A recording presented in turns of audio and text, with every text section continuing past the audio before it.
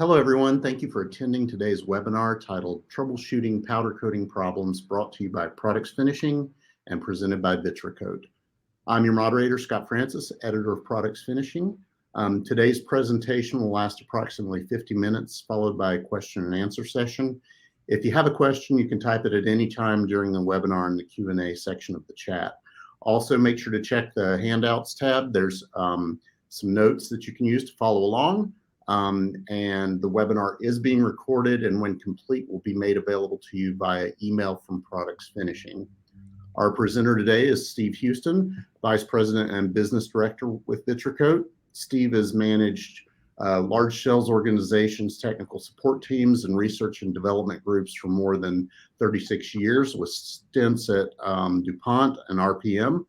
He's served as the Executive Director for the Powder Coatings Institute, and just has years of experience as a speaker and trainer for the powder coating industry.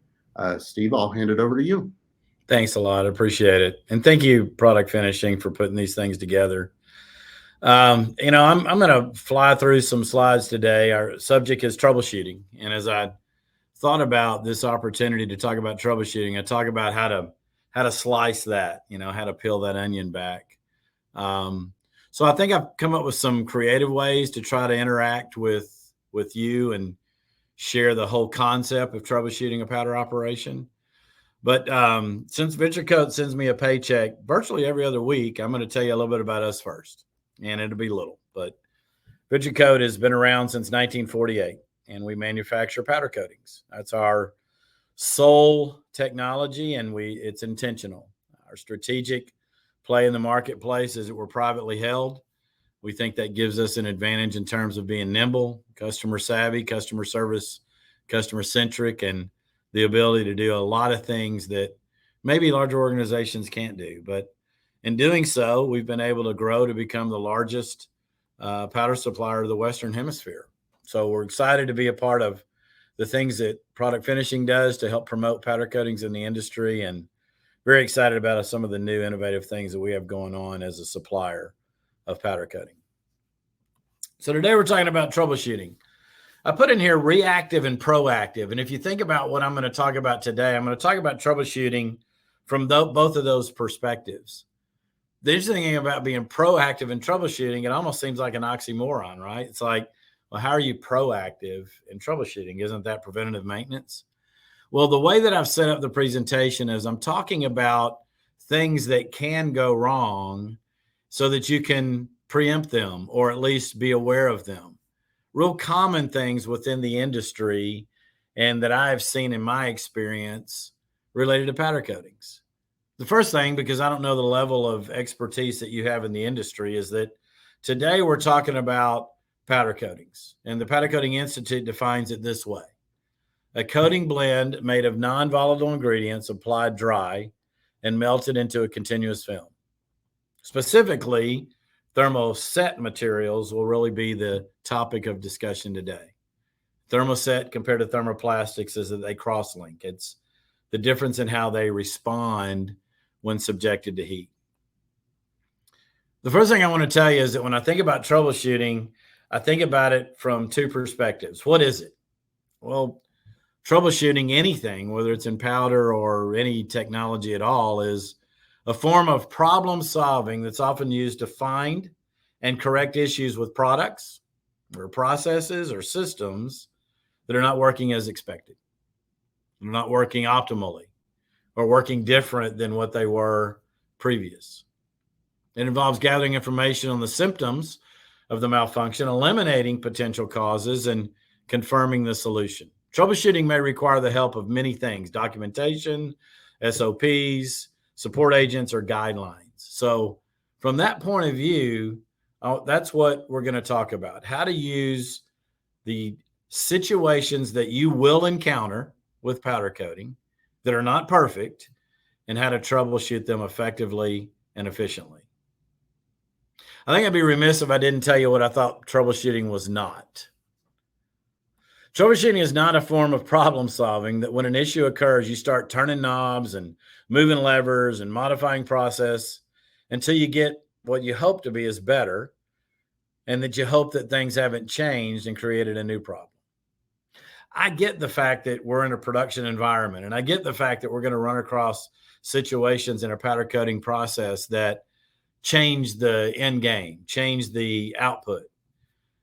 And I know that urgency is important, but I think a troubleshooting process, a methodology, if you will, is critical to really understanding how to manage it effectively so that you can keep your process optimally. What I'm showing on the screen here is typically done. And note at the bottom, the above rarely has an acceptable or sustainable outcome. Let me give you a typical phone call that I might have.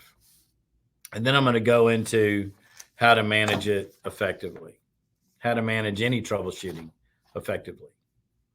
There's a conversation. Customer calls me and says, we're having issues getting powder to stick on the corners of our parts. I said, okay, well, is it a new part? Have you ever sprayed it before? Nope. We've been running it for years. Have you ever had this issue before? Nope. The first time I've ever seen it. Don't know what caused it. Has something changed in your process? No, we're doing the exact same thing we've always done. Well, if you know reactive and proactive measures, if you know every action has an opposite and equal reaction, if you know that when the outcome is different, there has to be something different in the process, then the reality is this is where troubleshooting becomes critically important.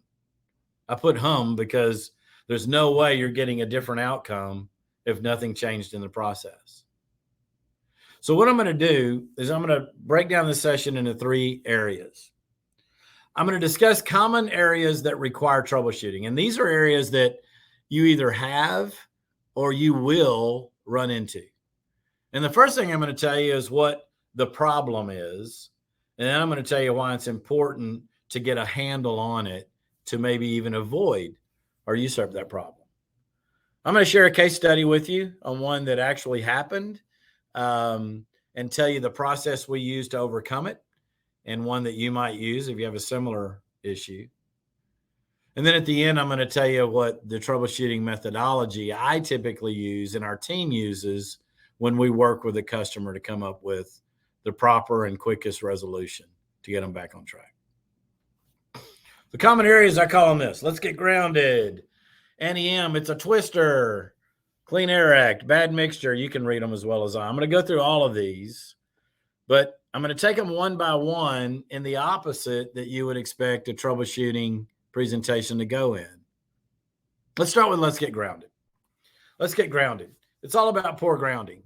Well, of course, you need grounding for a powder application.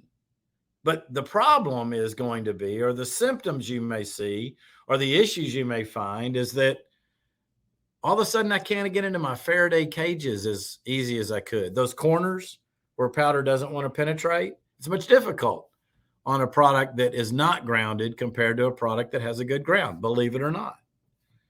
Maybe my transfer efficiency is less, meaning I'm getting less on the part and more going by the part because I'm not getting the ground that I need for my application.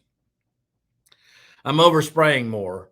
I'm getting back ionization because my part, which is not grounded or has little ground, is becoming a capacitor. And so that relationship between a charged particle and a negative ground is not interacting properly. I'm not getting the attraction. So I'm getting what we call in some cases back ionization, where the product looks orange peeled or muddled as I apply it and try to cure it. Or worst case scenario, I'm not grounded and I'm getting arcs and sparks that are coming from my new charged part and arcing to a close ground. So poor grounding is a really good example of where you may find the need for troubleshooting. And I've given you some really good examples of what the symptom might look like. These are some hooks that just don't work well. They're covered in coating or they're rounded, using sharp edges on hooks, using multiple hooks to give me the chance of having the ability to get ground in multiple areas rather than one. There's a lot of ways to influence your grounding, and there's a lot of ways to improve your grounding.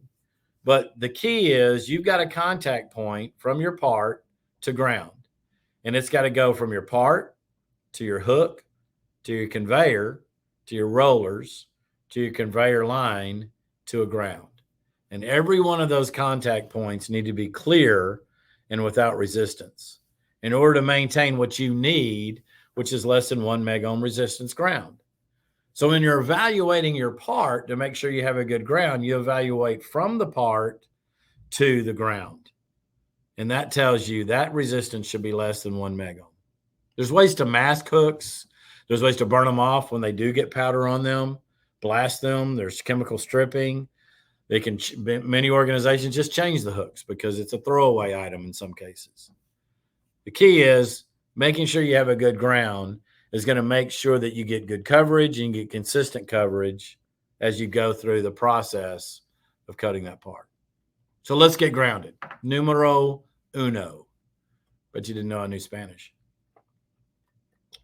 Now, numero dos. NEM, it's a twister. Well, this one is all about what the powder booth is for. It's to contain powder. And when I use the NEM, it's a twister, it's that airflow has many different facets of the process that can affect it. If you have a powder booth that's containing powder, doing its job, if you will, you probably don't have excessive powder delivery where you've turned it up so much that you can't even see through the booth to the other end, where you've got such a cloud in there that the containment can be very difficult to capture within a powder booth. It should look something like this. I mean, where I'm looking in one end of the booth and I can see out the other end. Now, to be candid, that can happen also because my powder flow within the booth is inadequate enough. I don't have enough air velocity. And there can be many causes for that. I could have a booth that's undersized, meaning that I don't have the right airflow or CFM in my collector to give me enough air to flow through all the openings.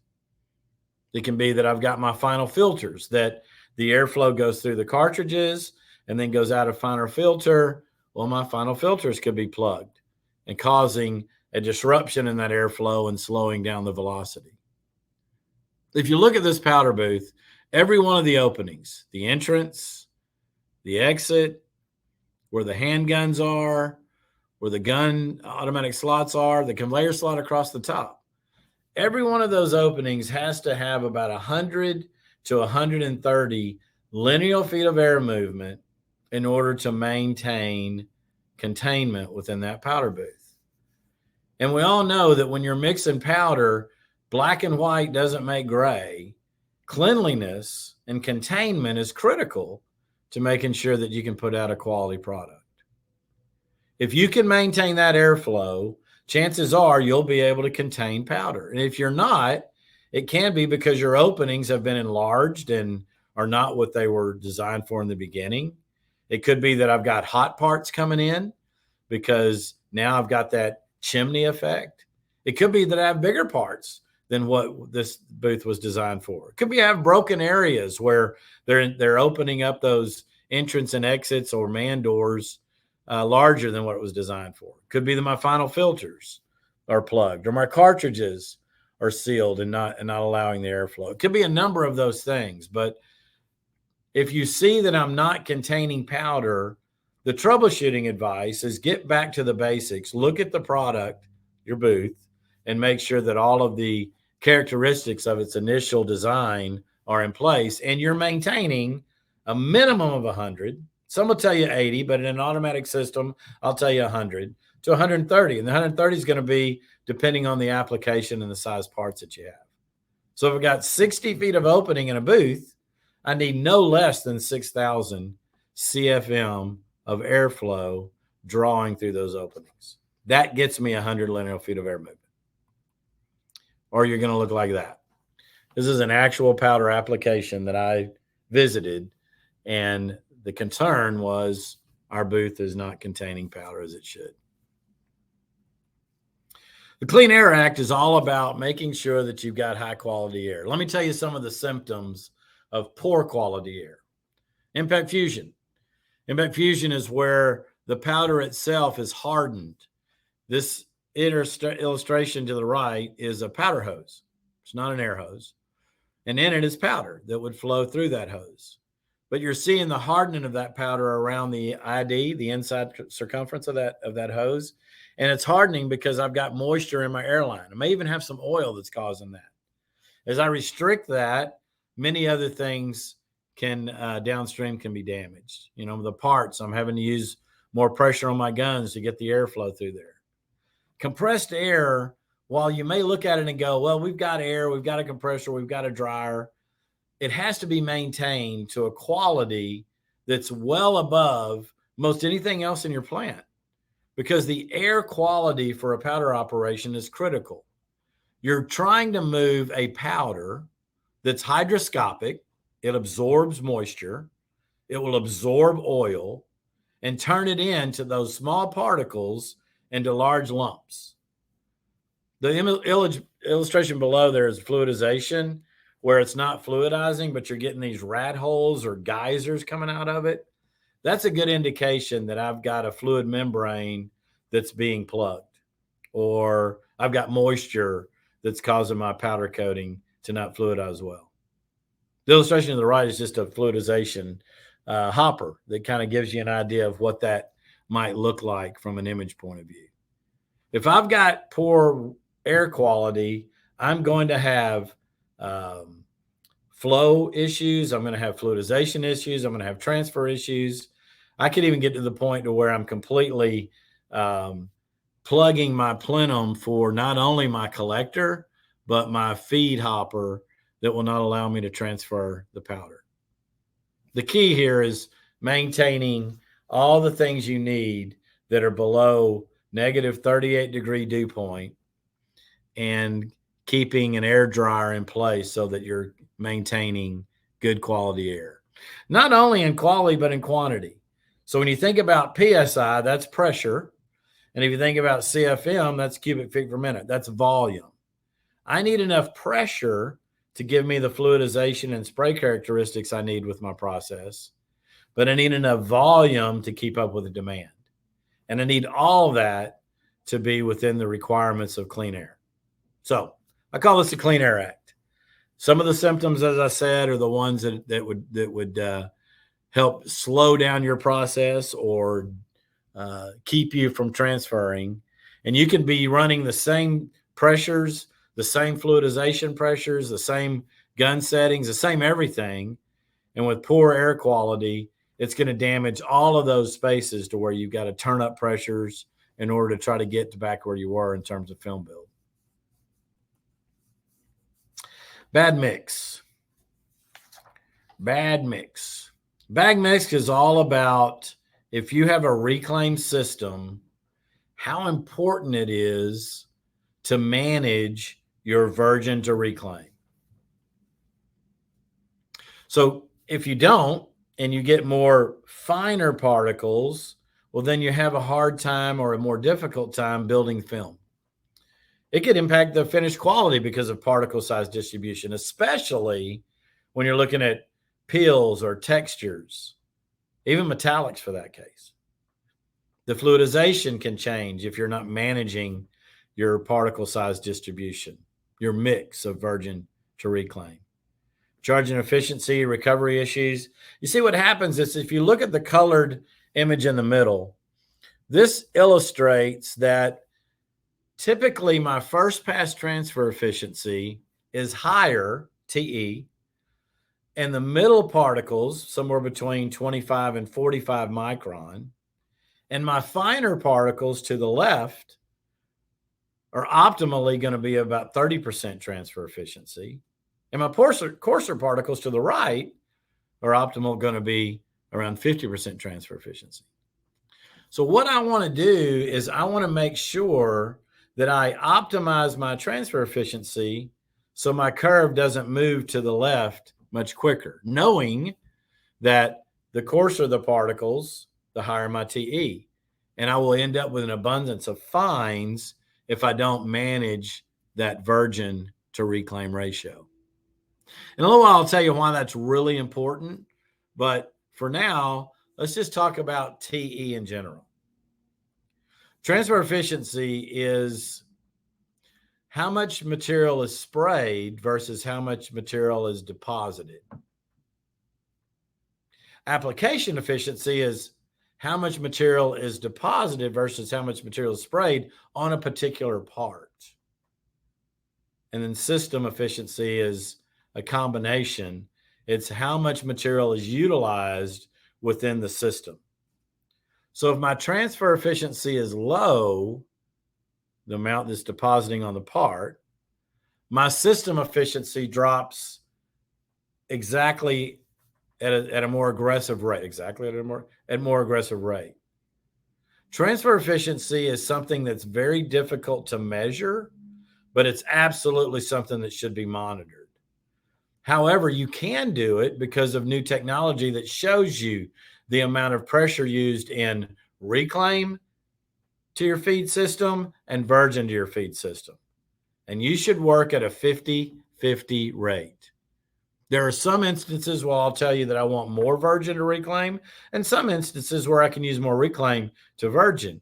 But for the most part, you want to work at a 50-50 rate so that I can maintain consistency in my application. The other reason why it's important to get good high first pass transfer efficiency is primarily just cost. If you look at this calculator, the top or the horizontal bar talks about first pass transfer efficiency as a percentage. And then the vertical or the reclaim is what your booth or system will do as a reclamation device. So if I'm at 40% transfer efficiency and my booth is 92% efficient reclaim, I'm utilizing 89% of my material. If I can increase my first pass transfer efficiency to 60, I can get up to almost 95% utilization. This is how much of the powder you're actually using out of the box. But if my efficiency drops from 40 to 25 and my booth reclamation is still at 92, I'm going to lose an additional almost 10% in product utilization. So transfer efficiency has a lot of benefits, and there's a number of things you can see that are going to tell you that my transfer efficiency is lower because I'm, again, having a harder time fluidizing because my particle size distribution is getting fine. Good mix is important in any operation and one that you should really focus on. There's a lot of ways to improve it. I'm going to tell you that some of the ways that I think are most critical and that are many times missed is efficiency in gun triggering, efficiency in part hanging. If I'm triggering correctly and I've got my gun to part distance optimal, then I can get very high transfer efficiency. But if I do that and I have one part hanging every 6 feet, I'm going to lower that transfer efficiency because I have a lot of dead space. So gun triggering, programmable controlling can be added to that. If you can't do that, focus on how well I keep that line density optimal.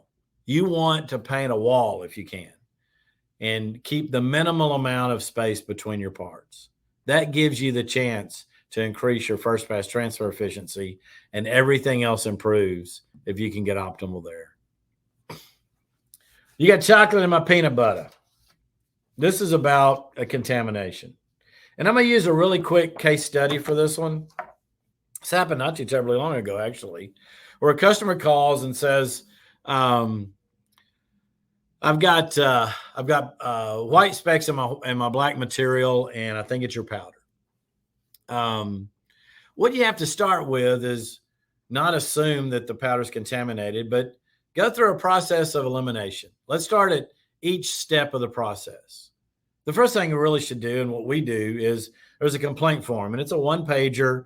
Let's talk about what product are we talking about? What's the batch number of that product? And then what is a visual of what you see as a reject? So we got all that information, and we pulled what we called retain. Any reputable powder company keeps retain. And what that is of every product they make and every batch they make of that product, they keep a small sample of it, usually just a pound or two. And the idea is to have a representative of that batch retained for cases like this, where I've got a concern or a complaint or a question about that particular batch that was made. After we got the complaint form, we looked at it and the retain was clean. It was a black material, about a medium gloss, and the retain looked good. There was no white specks in it that we could see. We also looked at it, and to get a clearer idea is I wanted to see the part that they were looking at that showed the complaint, that showed what type of contamination or the magnitude of the contamination.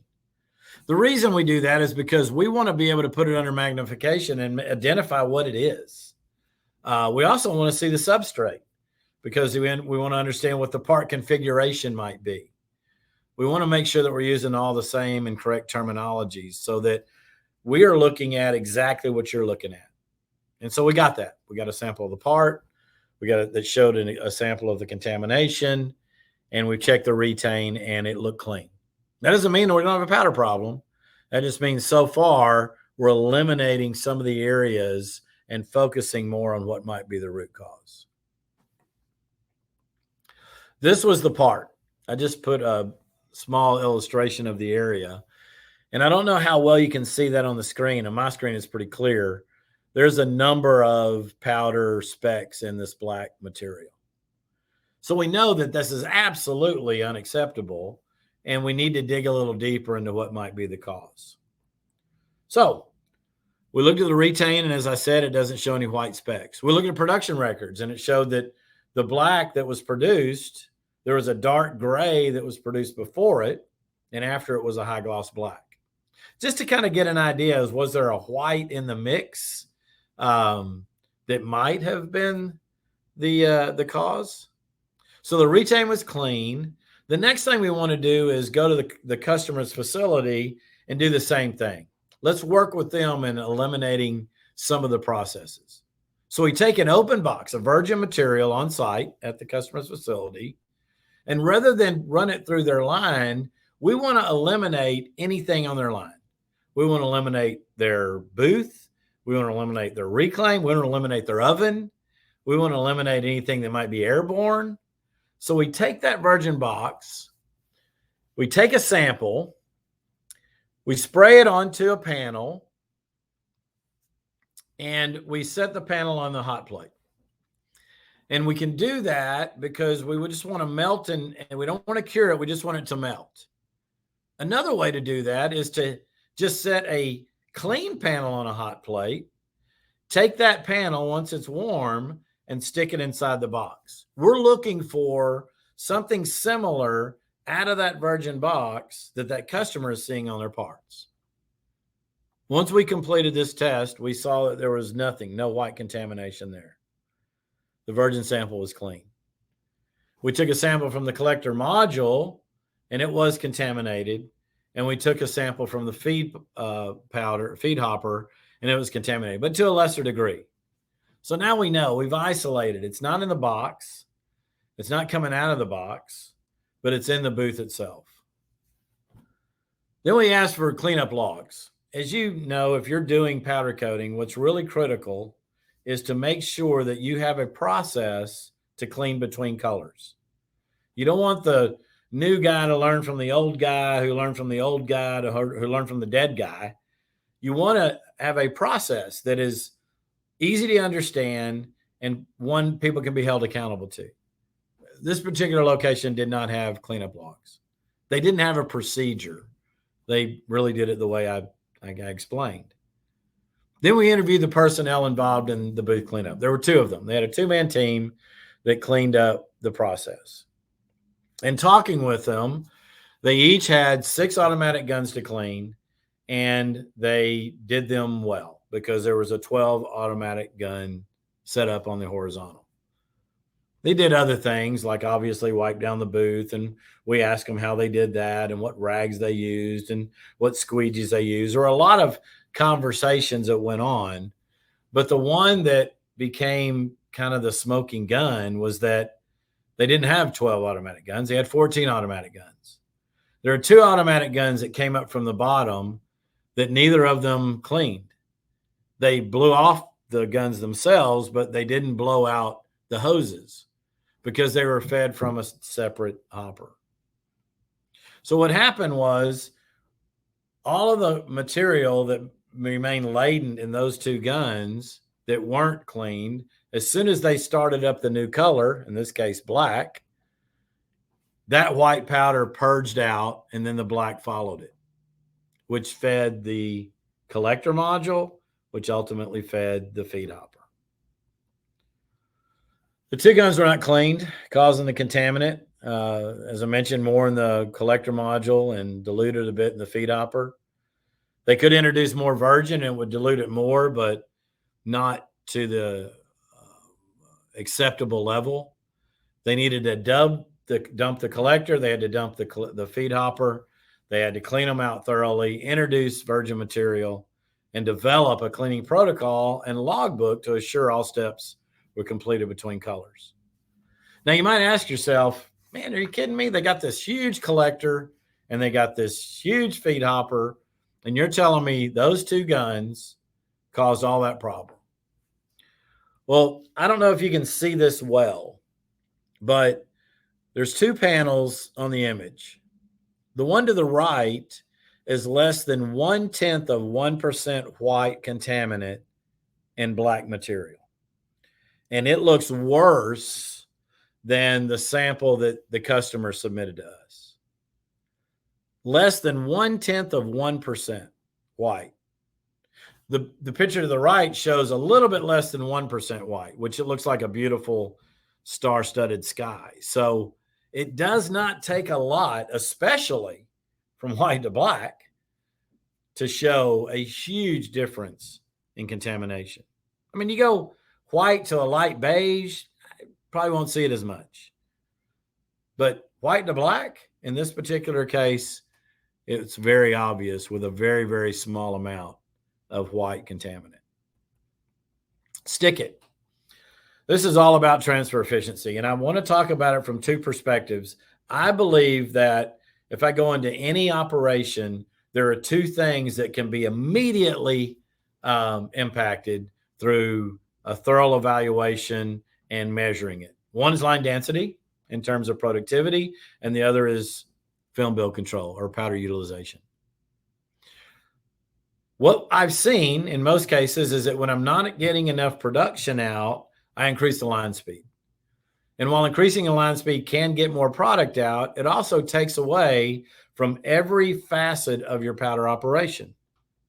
It reduces your time in the oven. It reduces your time in your cleaner. It reduces your time in front of your guns, your applicators. I think the most productive way to get more productivity out of a line is by improving your line density. And I believe that I can tell you this, I've never been in an operation where it couldn't be improved. Some it can be improved dramatically and some modestly, but it can always be improved. And if transfer efficiency is so important, look at line density. You're running that line at X line speed, and all you got to do is hang more parts to get better throughput.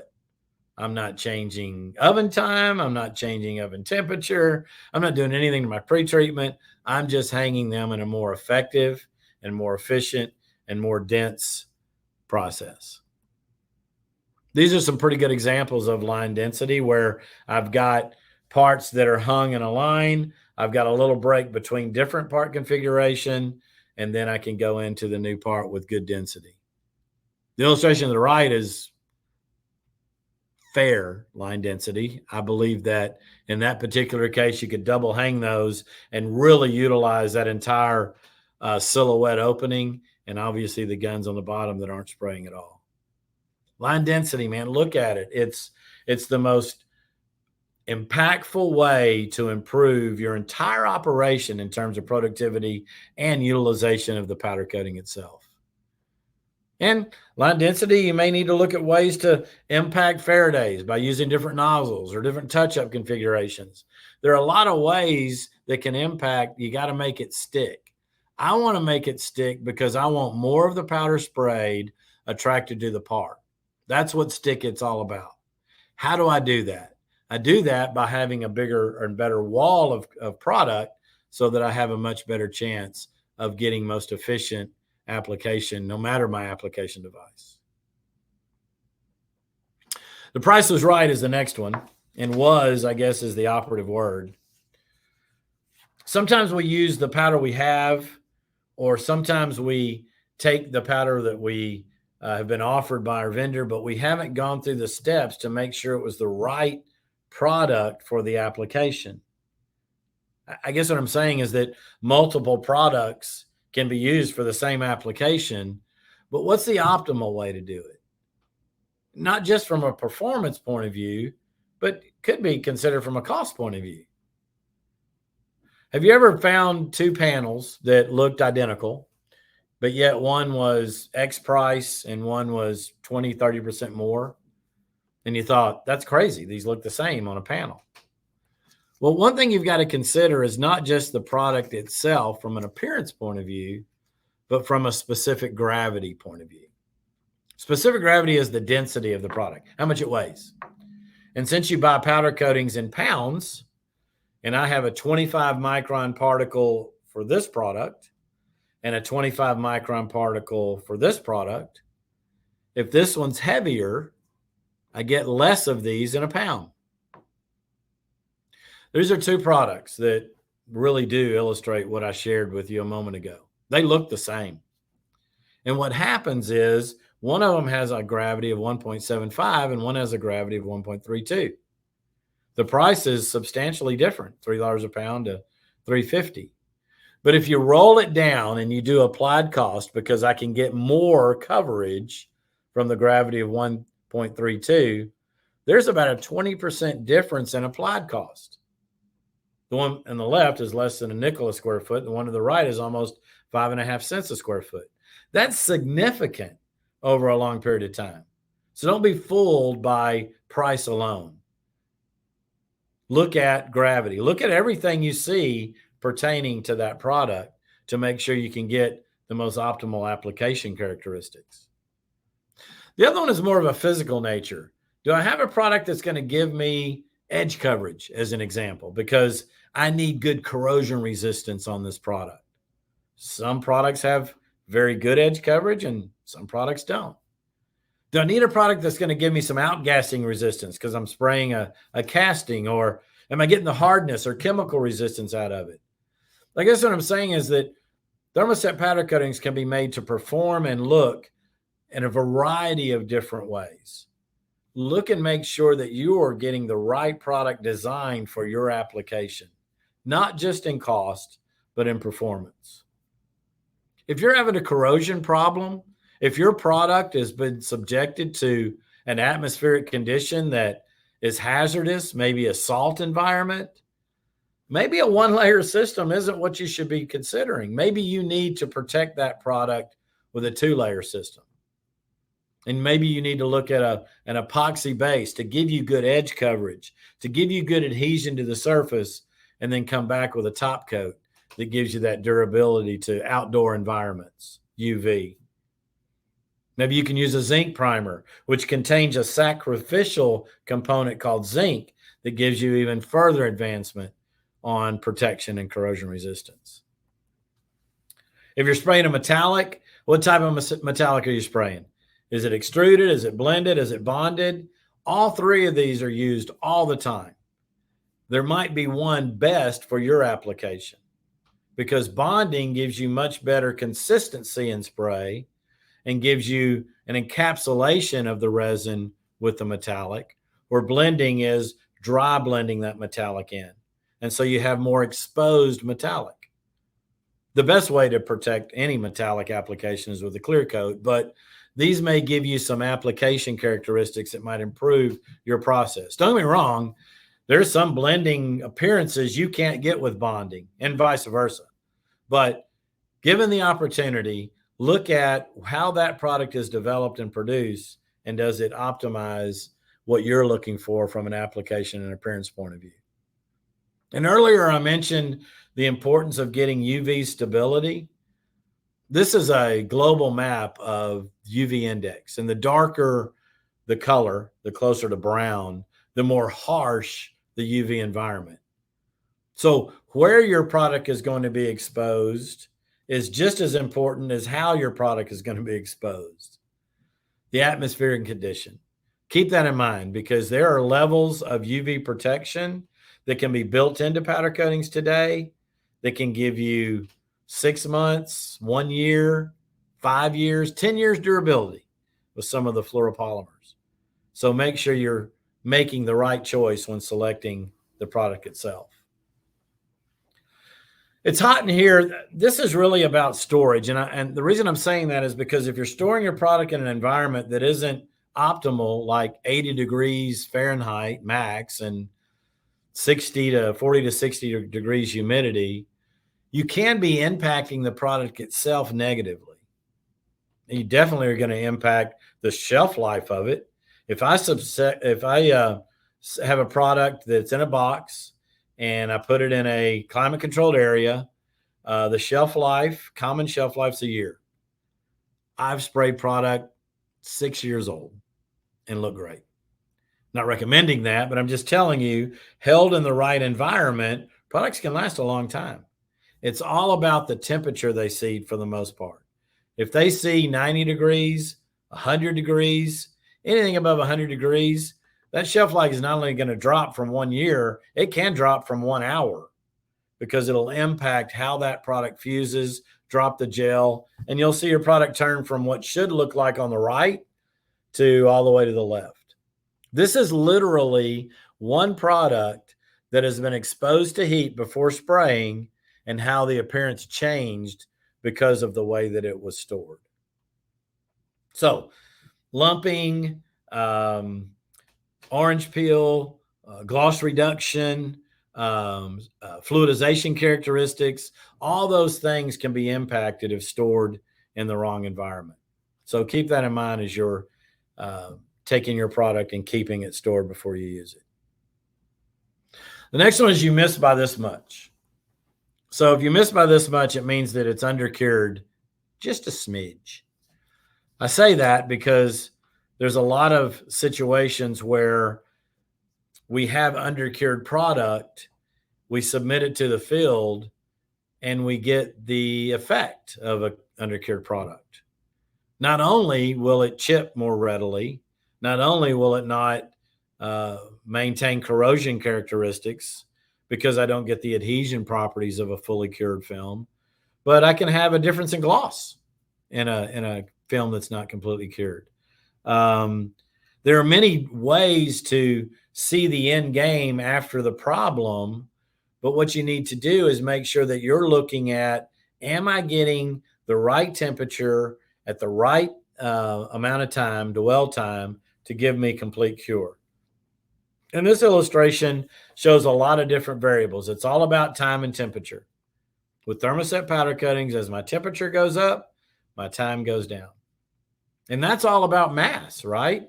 So if I'm spraying a panel, I can probably put it in the oven for 10 minutes at 400 degrees. But if I'm spraying an engine block and I put that in an oven for 10 minutes at 400 degrees, through that 10-minute time period, because of the mass, it may not reach 200 degrees.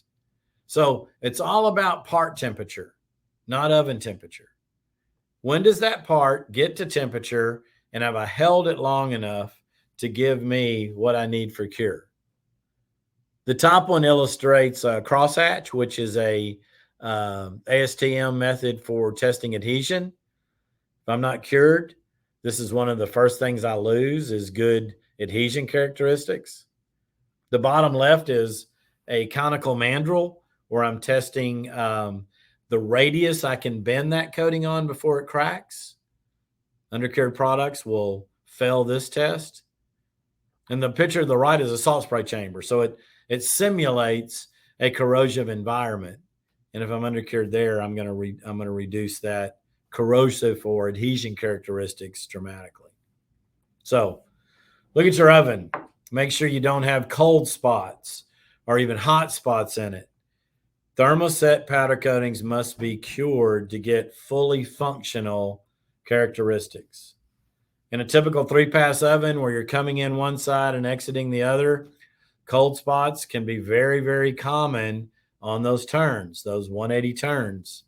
Make sure I've got good airflow so I get consistent airflow. The way you do that is you run an oven recorder periodically through your part or through your oven with your part. Here's an oven chart. Not too terribly bad, but you would really like that top line to be more flat. And you can see the air line goes up quick, and then the part goes up after that because it's ramping up in temperature. If I'm not getting enough temperature, I can slow down my line, of course. But there are other options where I might want to put a booster oven before my convection oven that brings that temperature up, and then I hold it through the convection part of my oven. So a lot of different things. I want to talk about mass, and I want you to keep in mind that if I'm finding undercured parts, and I'm seeing that I'm getting chipping or gloss elevation, I need to really look at the mass. Has my mass part changed? Has my oven temperature changed? Do I have more cold spots? What is the cause of reducing my cure temperature of my parts? Grip it and ship it here is more about a lot of times I typically see this. I'm painting it, I'm putting it in a box, and I'm shipping it. And I just want to, I guess encourage you to look at ways to setting up proper procedures in your coating operation. Setting a proper quality standards. Making sure that there's someone in your organization or some persons in your organization that have been trained to evaluate what good quality is. If I have a part that failed, I want to be able to define why it failed. And a good way to write that might be under a certain light source at 24 inches from my eye. I'm going to look at a 6-inch square inch area of the part.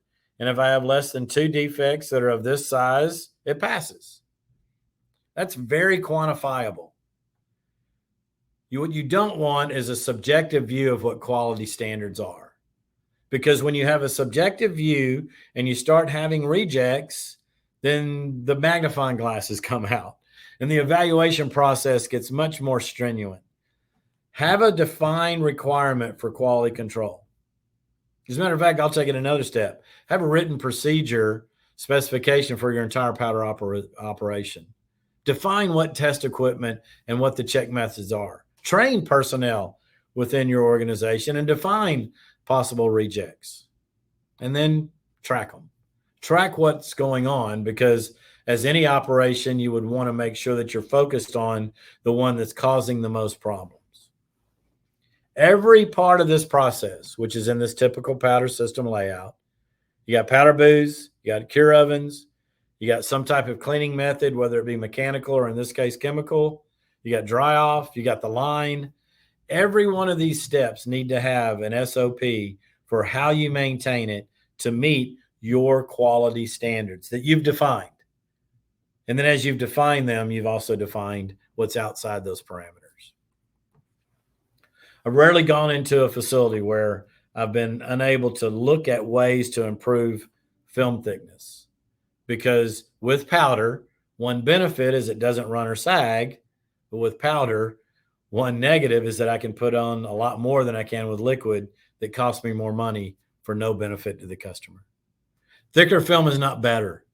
It doesn't protect it necessarily better, because you start losing impact resistance. You start losing flexibility.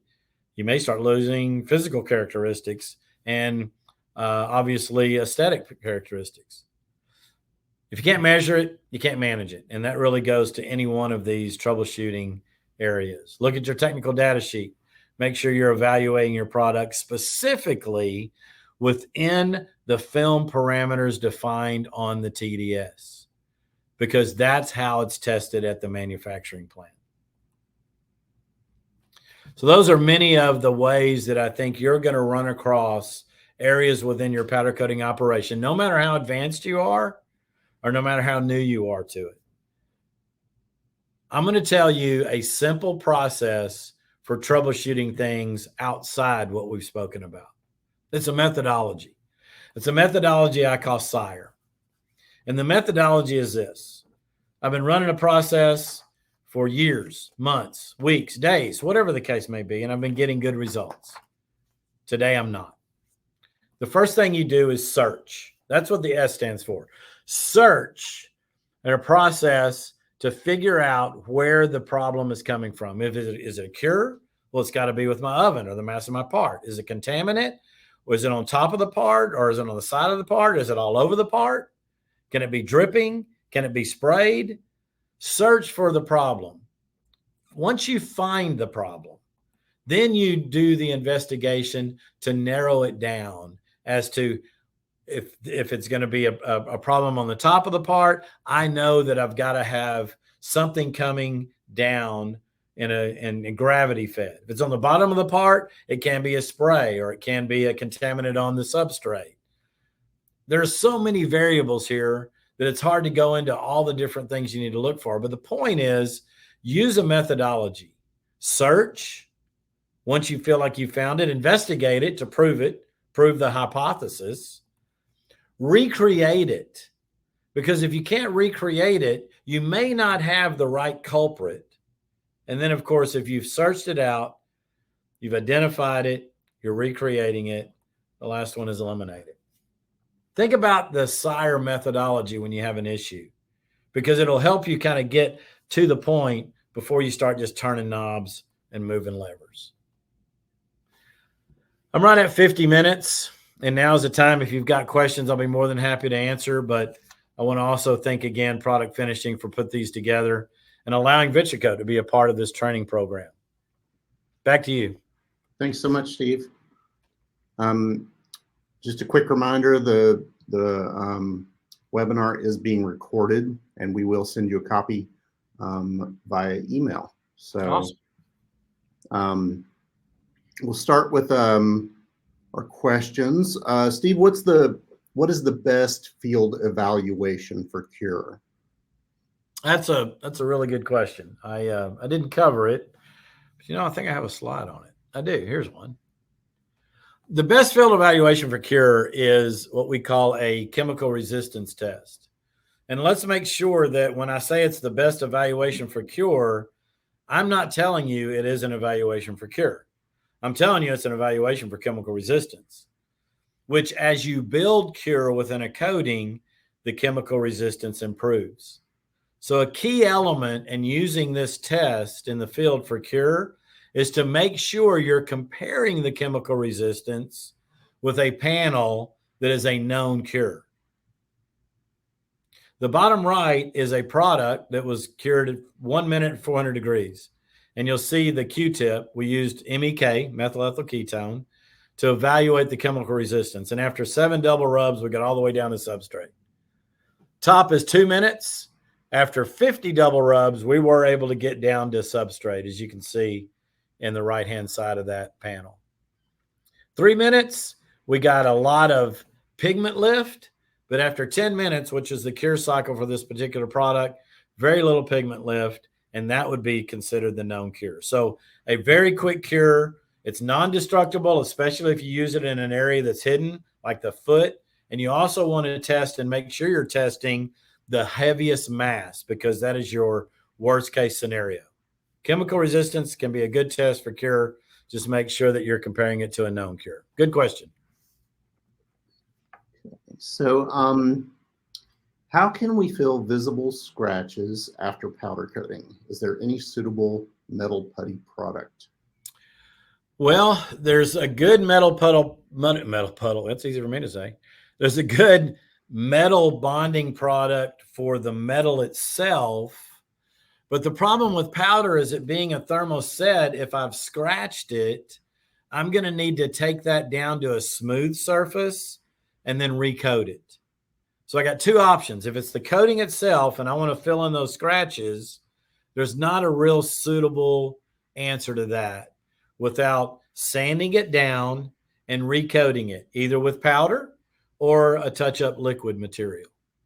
Now, if the product is the problem of the scratches or the the depths as within the metal, there are pretty good thermal bond. It's actually called thermal bond. Other bonding materials that are like Bondo, and you can put those in there, but they'll withstand the heat for powder coating cure.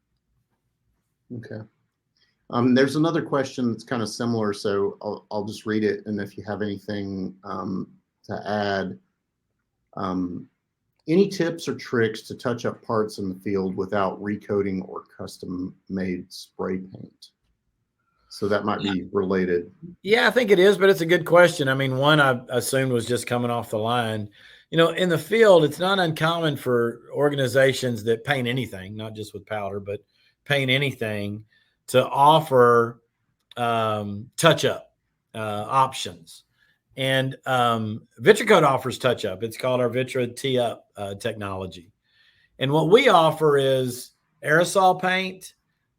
We offer touch-up pens, which literally are like ink pens. They're a little fatter, and they have the same colored material so that you can do small areas. We've got brushes that you can use. So there's a variety of different ways to touch it up in the field. It really just depends on, I guess, the magnitude of the defect and really where it is visibly. But we really felt like it was important for us to offer touch-up because we wanted to make sure that we're using not only the same pigment package to match in our liquid touch-up, but also the same durability so that you didn't get them fading at different rates. So a lot of different ways to package touch-up material, but in the field, liquid is probably the best way to do it today. And there's another touch-up question. Best solution for touching up powder if welded on after curing? Yeah, it's the same thing. In that particular case, you have two options because I've welded in an area that's already powder coated. So I've probably melted and damaged the coating around the weld. And of course, my weld itself is just raw.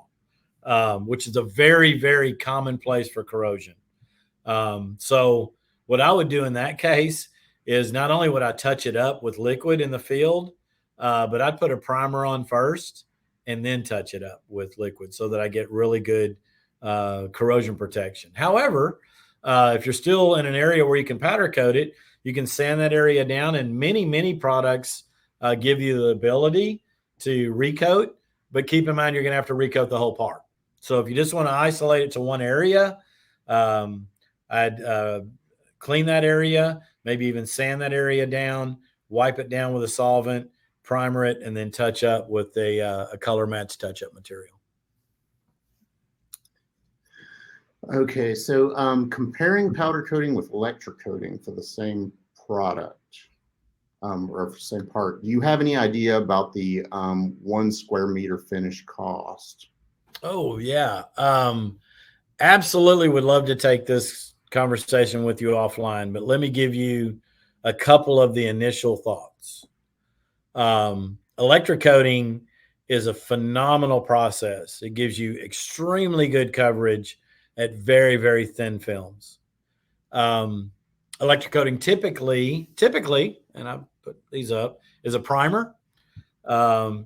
And you may even want to top coat it with something to give you more aesthetically pleasing looks. You're not going to get metallics in electric coat. You're typically not going to get bright colors or high gloss colors in electric coat. But electric coat has a great process. So you're putting on, the big difference is that you're putting on a coating at somewhere between 0.7 and 1 mil. And with a powder, you're probably putting it on between 1.5 mils and 3 mils. So I'm already virtually doubling the amount of coating I have on the product itself. I think in some cases it's kind of apple and oranges comparison because electric coat gives you some performance characteristics and coverage characteristics that powder won't.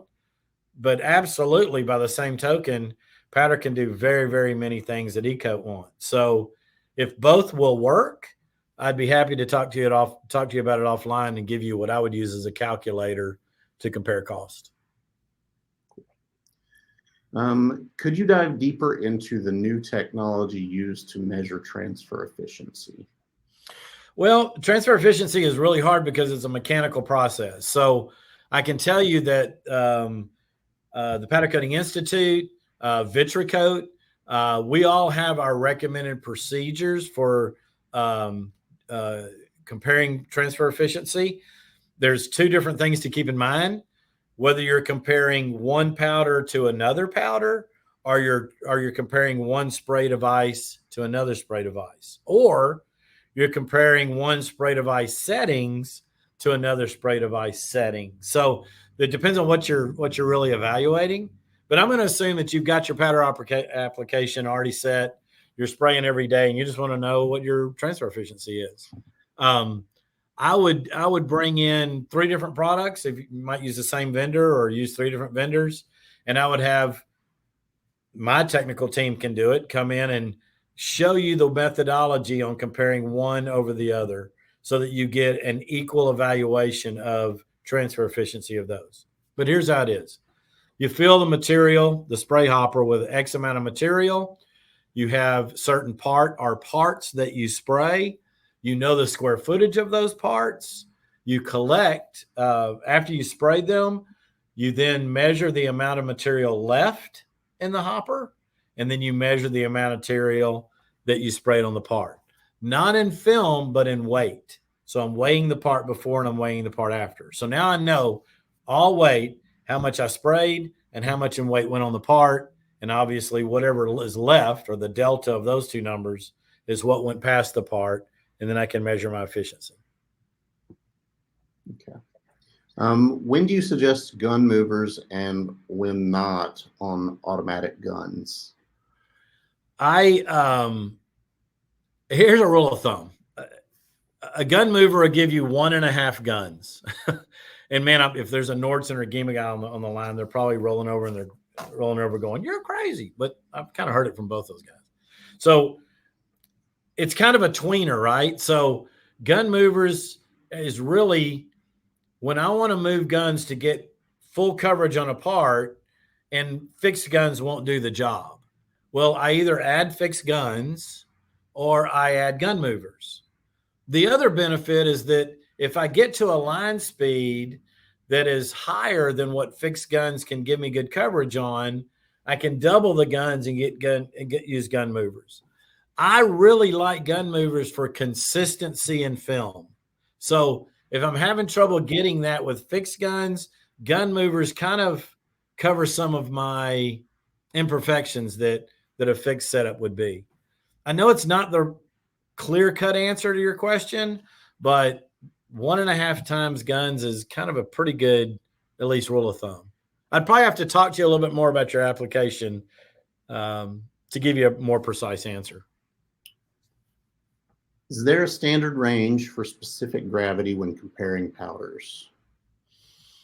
In thermoset materials, there's no standard range, but it's going to range from 1.1. And by the way, I don't know of any thermoset material that's 1.1 to 2.0. The reason I'm vague on it is because the range is going to be 1.2 to 1.7. That's 90% of your powders are going to be within that range. If I've got a product that is heavily filled, and that doesn't mean it's a bad product, it's just heavily filled, it can be in the 1.9 to 2.0 range. You heard me earlier mention zinc containing powders. Well, that's a whole different story, because when I put zinc in a powder, zinc is a metal, it's heavy. I really need to get those products up to 3.3 to 3.5 specific gravity for them to have enough zinc to really give me the performance. So taking those out of the equation, taking the heavily filled products out of the equation, looking what typically a clear coat would be, which would have very little filler and no pigment at all, they're going to be in the 1.2 range. I think your range is typically 1.2 to 1.7. Whites are going to be higher in gravity than blacks because it takes less black to get opacity and it takes more white pigment to get opacity. So your blacks will be more like 1.2 to 1.5, and your whites will probably be more like 1.5 to 1.8, just to give you the extremes. Okay. What are the possible downfalls of using automotive base coat between a base layer of powder and powder clear for a custom color technique? man, adhesion is really the main thing you've got to make sure you have is good intercoat adhesion between the two layers. But man, there are some really cool tinted clears out there with metallic bases where you can put the metallic base on and actually see the surface because it's not opaque, and put a tinted clear on it. You can get some really, really cool and funky looks that way. The only downside I see is that your base coat is really the key there. Will it withstand the temperatures, and can you get good intercoat adhesion between the two layers?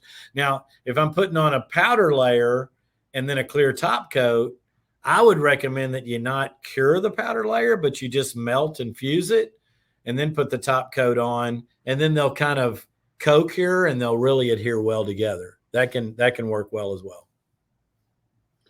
Okay, I think we'll go with one more question since we're kind of past the hour, and then we'll just assure everyone that any questions that weren't gotten to today will be provided to Steve so he can reach out to you and discuss it further. And I assure you I will. If I get a question and contact information, I'll respond to it. So there's a question about back ionization, the best solution to eliminate it. Well, the cause is really what you got to understand first. So is the cause that I have a poor ground? Well, that is get a good ground, right? I'm assuming that's not your cause. I'm assuming it's probably because of thicker film. Back ionization happens in two situations. Number one, the part becomes a capacitor because I have a poor ground and I'm charging that part. And then when I spray my material that's charged, I get what we call electrostatic wind. And so those particles are jumping all over the place, and then they don't want to adhere. They don't even want to attract to one another. And it gives me this muddled or orange peel look. That can also be because I'm coating on top of another coating. So I'm doing two layers. So there's different answers for all of those, but I'll give you the one that I think works best. And maybe you've already tried this. Turn down your voltage a little bit. If you're at 90, turn it down to about 60. Don't go below 60. Doesn't help you. So turn it down to about 60. And if that works, you may crank it up a little bit to get your optimum for transfer efficiency.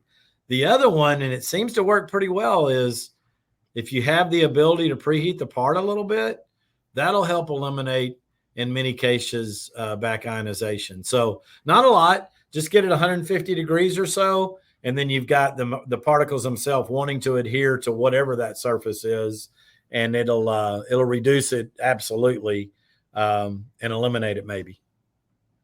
Well, Steve, this has been a great presentation and lots of great questions coming in. So thanks so much for your time today. Really appreciate it. Appreciate y'all. Thank you so much for your time. And I'd like to also say thank you to all of our attendees for taking time to join us today. We really appreciate you being here, and hope you'll join us for the next products finishing webinar. For more information, please visit pfonline.com/webinars. Have a great day, everybody. Thanks, Steve. Thank you.